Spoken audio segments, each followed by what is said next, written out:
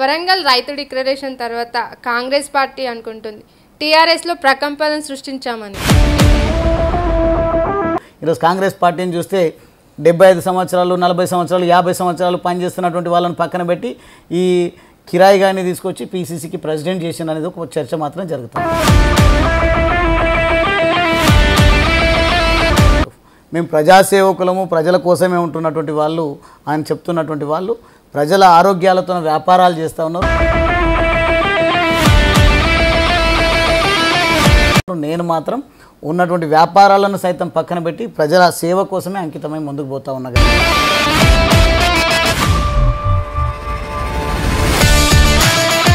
TRS లో ఉద్యమకారుల హవానే నడుస్తుంది అనుకున్నారు.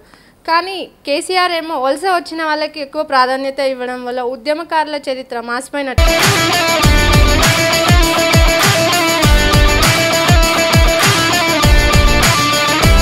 నేను ఉద్యమకారుణ్ణి. ఉద్యమకారులు ఎక్కడ మరుగున పడ్డారో మీరు చెప్పండి.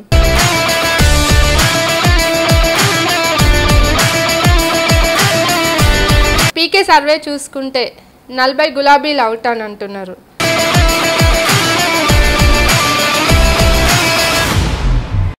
మరి రెండోసారి ఎమ్మెల్యేగా ఉన్న వ్యక్తులపై కొంచెం వ్యతిరేకత ఉంది అని కూడా అంటున్నారు. స్పష్టంగా చెప్తా ఉన్నా, పీకే సర్వే రాలేదు. పీకే సర్వే విషయంలో ఏదైతే చర్చ జరుగుతూ ఉందో 40 మంది అవుటు. మీరేమో హ్యాట్రిక్ మాదే అంటున్నారు. మరి కాంగ్రెస్ గెలిచే సీట్లలో అచ్చంపేట ఒక నియోజకవర్గం,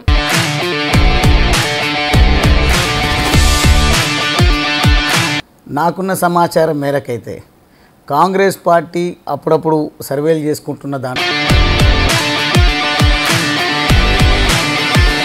ఇప్పుడు ఈ శ్రీశైలం డ్యామ్కి అత్యంత సమీపంగా ఉన్న ఈ అచ్చంపేట తీసుకుంటే చాలామంది గిరిజనులు, ఆదివాసులు ఎక్కువగా ఉన్నారు. ఇక్కడ పోడు భూముల చట్టాలను చేస్తామని సీఎం కేసీఆర్ అన్నారు. కానీ ఈ విషయంలో ఇప్పటికీ ప్రజలకి, ఫారెస్ట్ ఆఫీసర్స్కి ఇష్యూస్ అవుతూనే ఉన్నాయి. మరి మీరు ఈ విషయాన్ని ఎలా పరిష్కరించబోతున్నారు? దాదాపుగా చాలాసార్లు నేను అసెంబ్లీలో ఈ అంశాన్ని, పోడు భూములకు హక్కులు కల్పించేటువంటి అంశాన్ని ఒక దళిత సామాజిక వర్గం నుంచి వచ్చినటువంటి, ఒక పేద సామాజిక వర్గం నుంచి వచ్చినటువంటి సీఎం కేసీఆర్ని తీసుకుంటే 2014లో నన్ను చూసి తెలంగాణ సెంటిమెంట్ని చూసి ఓట్లేశారన్నారు. మరి 2018లో మా అభివృద్ధి, మా పథకాలు నచ్చి నన్ను చూసి వేశారు అన్నారు. అంటే ప్రతిసారి మమ్మల్ని చూసే ఓట్లేస్తున్నారు అని అన్నారు. అంటే అచ్చంపేట నుంచి మిమ్మల్ని కాకుండా టీఆర్ఎస్ నుంచి ఎవరిని పెట్టినా గెలుస్తారని అంటారా?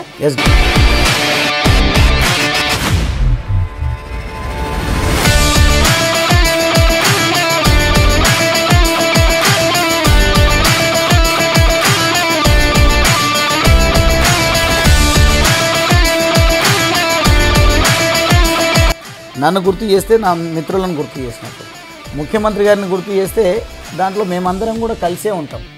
ముఖ్యమంత్రి గారి ఇమేజ్ మేరకే వస్తుంది అని అంటే ముఖ్యమంత్రి గారితో విభేదించి మేము పక్కకు పోయి రాజకీయాలు చేసేది లేదు. ప్రాణం పోయినా ముఖ్యమంత్రి గారు వెన్నంటే ఉంటాం. ముఖ్యమంత్రి గారి ఆదేశాలను తూచా తప్పకుండా పాటిస్తాం. కాబట్టి టీఆర్ని సీఎంగా చూడవచ్చని కొన్ని వార్తలు వినిపిస్తున్నాయి. దీని గురించి మీకేమైనా లీడ్స్ ఉన్నాయా? అదే కాకుండా కేటీఆర్ గారిని ముఖ్యమంత్రిని చూడడమే కాదు, కేసీఆర్ గారిని ప్రధానిగా కూడా చూడాలి. కేసీఆర్ బీఎస్ఆర్తో ముందుకు వెళ్దాం అనుకుంటున్నారు.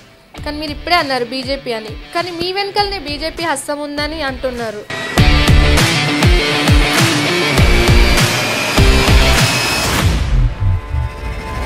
ఎదుర్కొనే శక్తి లేక బీజేపీతో పోటీపడి ఎదురొడ్డి నిలబడే దుర్మార్గాలను, అరాచకాలను, ఈ దుష్ట పాలనను అంతమొందించే విషయంలో విఫలమైంది. ఇప్పటికి కూడా లోకల్ నాన్ లోకల్ అంటూ ప్రచారం అయితే జరుగుతుంది. వేరే ఆరోపణలు లేకనే దీన్ని బలపరుస్తున్నారంటారా ప్రతిపక్షాలు?